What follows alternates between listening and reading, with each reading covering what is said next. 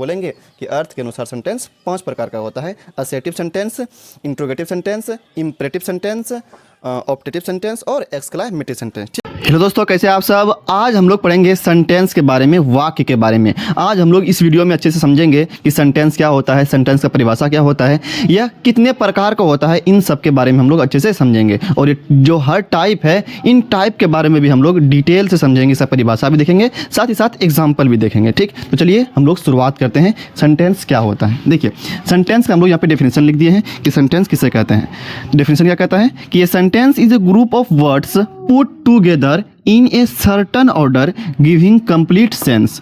मतलब क्या, a sentence is a group of words put together in a certain order giving complete sense. इसका हिंदी क्या होगा, शब्दों का वह समूह जो निश्चित ढंग से क्रमबद्ध हो और पूर्ण अर्थ देता हो, सेंटेंस कहलाता है। ये तो हुआ डेफिनेशन। अब इसको हम लोग समझते हैं कि ये डेफिनेशन कहना क्या चाहता है। देखिए पहली बात कहता है लाइन में कि शब्दों का समूह होना चाहिए। क्या होना चाहिए, शब्दों का समूह होना चाहिए, वर्ड का ग्रुप होना चाहिए। वर्ड से कहना चाहिए ग्रुप होना चाहिए, बहुत सारा वर्ड होना चाहिए। ठीक, और साथ ही साथ वो निश्चित ढंग से, क्या होना चाहिए, निश्चित ढंग से, सर्टन ऑर्डर में। किस में होना चाहिए, सर्टन ऑर्डर, मतलब निश्चित ढंग से वो सजा होना चाहिए और एक क्रम में होना चाहिए, और साथ ही साथ उसका एक कंप्लीट मतलब भी निकलता हो, अर्थ भी निकलता हो। वही लिखे हैं कि पूर्ण अर्थ देता हो, उसे हम लोग सेंटेंस कहते हैं। जैसे एग्जांपल लेते हैं हम कि जैसे मैं खाता हूँ, मैं खाता हूँ, मैं खाता हूँ, इसको क्या बोलेंगे इंग्लिश में, आई इट, आई इट। तो यहाँ से एक पता चल रहा है कि नहीं मैं खाता हूँ, ये एक सेंटेंस है। ये क्या है, एक सेंटेंस। इसमें यहाँ पे एक वर्ड या दो वर्ड, एक तीन वर्ड, इसमें तो तीन वर्ड आया हिंदी में, इंग्लिश में क्या आया, दो वर्ड आया। मतलब ये क्या, शब्दों का समूह हो गया और एक ये निश्चित ढंग से सजा हुआ भी है। ये क्या, पहले मैं ये सब्जेक्ट है, उसके बाद ये वर्ब है, फिर जो क्या है ये हेल्पिंग वर्ब आ गया। ठीक, मतलब ये एक निश्चित ऑर्डर में सजा हुआ है ये। तो ये क्या कहलाएगा, सेंटेंस कहलाएगा। जैसे अगर हम बोले कि मैं स्कूल जा रहा हूँ, मैं स्कूल जा रहा हूँ, मैं स्कूल जा रहा हूँ, मैं स्कूल जा रहा हूँ, तो इसको क्या बोलेंगे इंग्लिश में, I am going to school. ये भी देखिए एक निश्चित ढंग से सजा हुआ है और ये शब्दों का समूह भी है। इसमें बहुत सारा वर्ड भी है, 1 2 3 4 5 वर्ड है इसमें। तो ये वर्ड का समूह हो गया, शब्दों का समूह हो गया, और साथ ही साथ ये क्या हुआ, एक निश्चित ढंग से सजा हुआ है। पहले सब्जेक्ट आया, फिर हेल्पिंग वर्ब, फिर मेन वर्ब, फिर प्रीपोजिशन आया, फिर ये स्कूल आ गया। मतलब ये निश्चित ऑर्डर में सजा हुआ है और एक मतलब भी बता रहा है कि नहीं भाई ये मैं स्कूल जा रहा हूँ, मैं जाने का काम क्या कर रहा हूँ, स्कूल जा रहा हूँ। तो ये क्या होगा, एक सेंटेंस होगा। जैसे अगर एग्जांपल का हम बात करें कि कौन सेंटेंस नहीं होगा, जैसे अगर आप लोग बालवीर देखे होंगे तो उसमें ये डूबा डूबा सब कहता है कि हूँ मैं जा रहा परिलोक। क्या कहता है उसमें, अगर आप देखे होंगे तो ऐसे ही बोलता है, हूँ मैं जा रहा, हूँ मैं जा रहा, हूँ मैं जा रहा परिलोक, हूँ मैं जा रहा परिलोक। ठीक, ऐसे बोलता है। तो क्या ये सेंटेंस होगा, ये सेंटेंस होगा कि नहीं होगा। देखिए तो हूँ मैं जा रहा परिलोक, ये सेंटेंस नहीं कहलाएगा। ये इसका ग्रामर अगर देखा जाए परिभाषा के हिसाब से तो ये निश्चित ढंग से सजा हुआ नहीं है। ऐसा होना चाहिए कि मैं परिलोक जा रहा हूँ, मैं परिलोक जा रहा हूँ, मैं परिलोक जा रहा हूँ।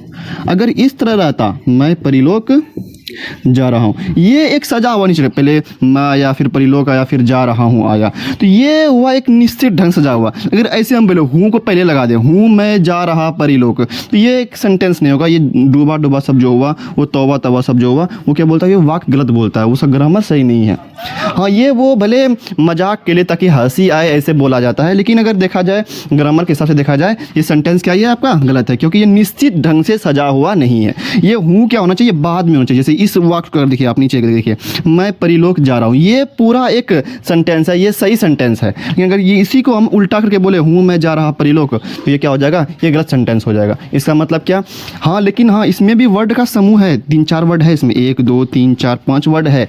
वर्ड इसका समूह होना ये सिर्फ मेन बात नहीं है, वो निश्चित ढंग से सजा हुआ भी होना चाहिए और वो पूरा मतलब भी दे उस वाक्य का कि इस सेंटेंस का मतलब क्या है, उसको हम लोग सेंटेंस कहते हैं। अगर हम देखें ये पे, ये एक निश्चित ढंग से सजा हुआ भी है और शब्दों का समूह भी है और ये एक पूरा मतलब भी देता है, तो ये बोलेंगे हम सेंटेंस है। ये सेंटेंस हो गया आपका, ये सेंटेंस हो गया, फिर ये वाला सेंटेंस होगा। ये वाला सेंटेंस नहीं होगा जो डूडा बस बोलता है, ये सेंटेंस नहीं होगा। ठीक, तो अब हम लोग पढ़ते हैं कि सेंटेंस कितना प्रकार का होता है और कौन कौन सा उसका टाइप है, उसका नाम देखते हैं, फिर उसका हम लोग डेफिनेशन पढ़ेंगे।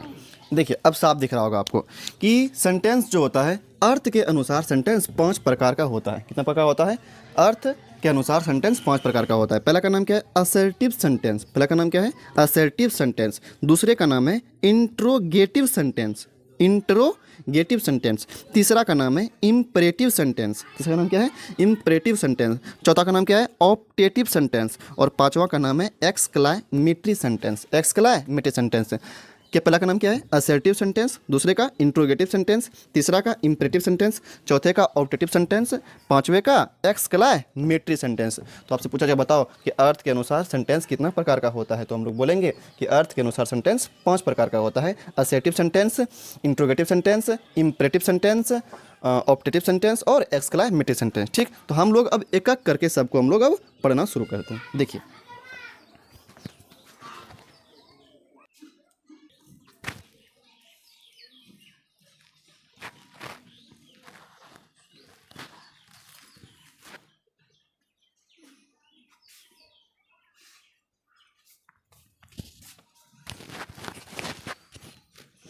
देखिए पहले नंबर पर है, देखिए पहले नंबर पर है असर्टिव सेंटेंस। हम लोग असर्टिव सेंटेंस को पहले सीखते हैं अच्छे से, क्या होता है असर्टिव सेंटेंस। देखिए डिफिनेशन कहता है कि a sentence that makes a statement is called an assertive sentence. वैसा सेंटेंस जो किसी कथन को व्यक्त करता है उसे असर्टिव सेंटेंस कहते हैं। मतलब क्या?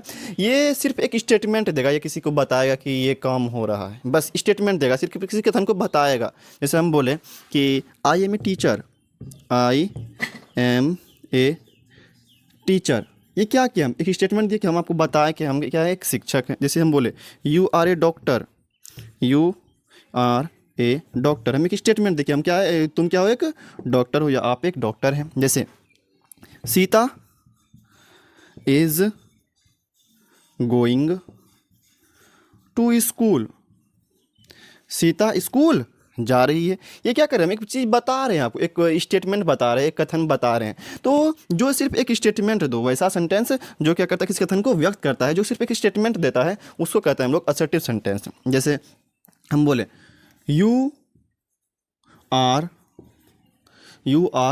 Not, you are not going to market, you are not going to market, you are not going to market.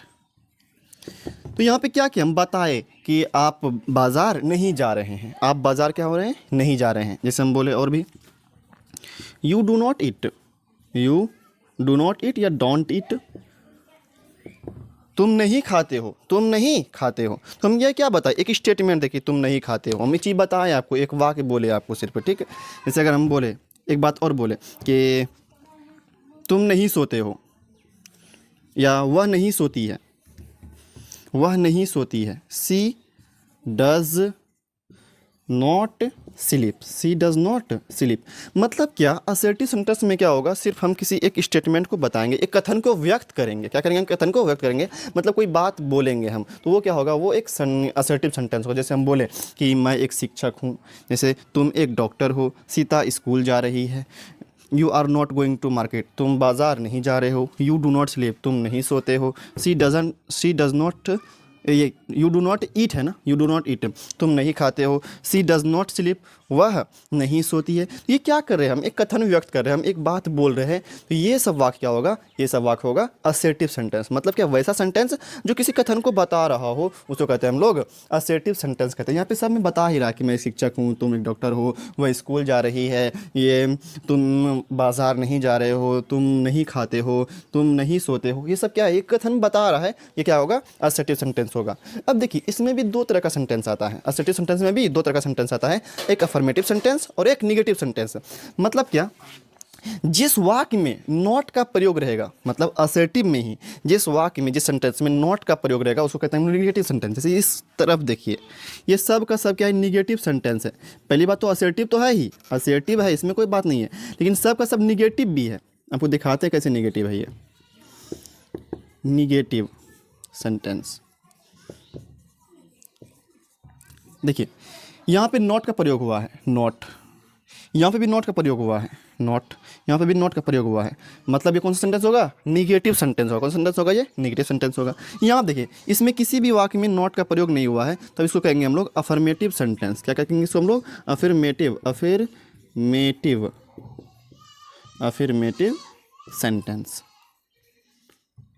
मतलब क्या, असर्टिव सेंटेंस में अगर नॉट आ जाए तो उसको कहेंगे हम लोग निगेटिव सेंटेंस, और असर्टिव सेंटेंस में अगर नॉट नहीं आए तब उसको कहते हैं हम लोग अफर्मेटिव सेंटेंस। जैसे इसमें देखिए मैं एक शिक्षक हूँ, तो इसमें नॉट का प्रयोग नहीं है, तो इसको क्या बोलेंगे हम लोग, अफर्मेटिव सेंटेंस। अच्छा, ये किसी कथन को बता रहा है, इसको कहेंगे हम लोग ये असर्टिव सेंटेंस है। असर्टिव में भी कौन सेंटेंस है, ये अफर्मेटिव सेंटेंस हो गया। अच्छा ये बताइए, यू डू नॉट ईट, तुम नहीं खाते हो, तो हम ये एक कथन बोले तो ये क्या होगा, असर्टिव सेंटेंस होगा। अब असर्टिव में भी कौन सेंटेंस होगा, ये नॉट आ गया ना, तो ये कौन सा सेंटेंस होगा, निगेटिव सेंटेंस होगा। मतलब क्या, अच्छा परिभाषा बोलना हो नेगेटिव का कैसे बोलेंगे, वैसा असर्टिव सेंटेंस जिसमें नॉट शब्द का प्रयोग हुआ हो उसको क्या कहेंगे हम लोग, निगेटिव सेंटेंस कहेंगे। अफर्मेटिव का क्या कहेंगे, वैसा सेंटेंस जिसमें नॉट शब्द का प्रयोग नहीं हुआ हो उसे क्या कहेंगे हम लोग, अफर्मेटिव सेंटेंस कहेंगे। मतलब अफर्मेटिव में नॉट नहीं रहेगा और नेगेटिव में नॉट रहेगा। नेगेटिव, अगर आपसे पूछा जाए बताओ कि अफर्मेटिव सेंटेंस और नेगेटिव सेंटेंस किसे कहते हैं, तो बोलेंगे अफर्मेटिव में क्या बोलेंगे, जिसमें नॉट का प्रयोग नहीं हुआ हो, और नेगेटिव में जिसमें नॉट का प्रयोग हुआ हो। लेकिन हाँ वो असर्टिव भी होना चाहिए ना, असर्टिव में सेंटेंस में अगर नॉट रहेगा उसको निगेटिव, और असर्टिव सेंटेंस में अगर नॉट नहीं रहेगा तो उसको क्या कहेंगे हम लोग, अफर्मेटिव सेंटेंस कहेंगे। ठीक, यहाँ पे नॉट नहीं है, यहाँ पे नॉट है, ये अफर्मेटिव हो गया, नॉट नहीं है तो, और ये क्या हो गया, निगेटिव हो गया। ठीक, इसके बाद भी और सारा बहुत सारा सेंटेंस है, जैसे 4 सेंटेंस और बचा है, इंट्रोगेटिव, इम्परेटिव, ऑप्टेटिव और एक्सक्लेमेटिव। तो उसको हम लोग अगले वीडियो में अच्छे से समझेंगे। ठीक है, तो मिलते हैं हम लोग अगले वीडियो में। अगर वीडियो आपको पसंद आया हो तो वीडियो को लाइक कर दीजिएगा, चैनल को सब्सक्राइब कर दीजिएगा।